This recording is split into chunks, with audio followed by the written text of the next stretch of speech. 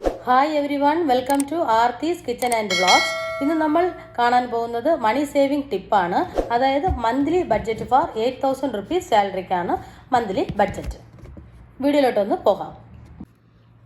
First ആദ്യമായിട്ട് വരുന്നത് home rent ആണ്.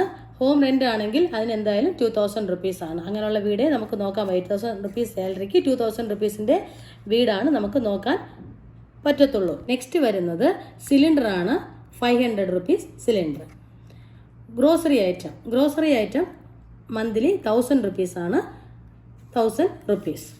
വെജിറ്റബിൾസ് അല്ലെങ്കിൽ ഫ്രൂട്ട്സ് രണ്ടും ചേർത്ത് 500 റുപ്പീസ്. ഇത് 2 ആഴ്ചയ്ക്കാണ് 500 റുപ്പീസ്.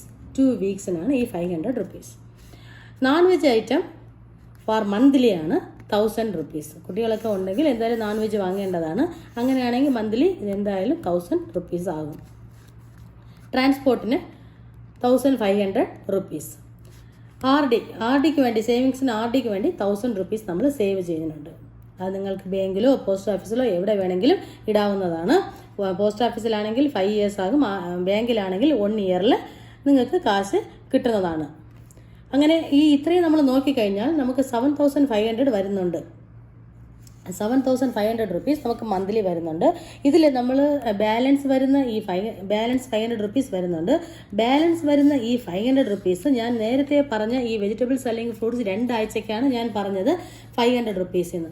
അടുത്ത ഈ 2 ആഴ്ചത്തേക്ക് ഒരു മാസത്തിൽ 4 ആഴ്ച ഉണ്ടെന്നുള്ളത് എല്ലാവർക്കും അറിയാവുന്നതാണ്. ഈ 500 റുപ്പീസിനെ നെക്സ്റ്റ് 2 വീക്സിന് നമുക്ക് എടുക്കാവുന്നതാണ്. അപ്പോൾ മന്ത്ലി ബഡ്ജറ്റ് 8,000 റുപ്പീസിന് വരുന്നവർക്ക് ഇങ്ങനെ സേവ് ചെയ്താൽ നന്നായിട്ട് മുന്നോട്ട് പോകാൻ കഴിയും. ഈ വീഡിയോ നിങ്ങൾക്ക് എല്ലാവർക്കും ഇഷ്ടപ്പെട്ടിട്ടുണ്ടാവും ഞാൻ വിചാരിക്കുന്നു. ഇഷ്ടപ്പെട്ടിട്ടുണ്ടെങ്കിൽ ലൈക്ക് ചെയ്യൂ, ഷെയർ ചെയ്യൂ, കമൻറ്റ് ചെയ്യൂ, പിന്നെ മറക്കാതെ സബ്സ്ക്രൈബ് ചെയ്യൂ. Thanks for watching.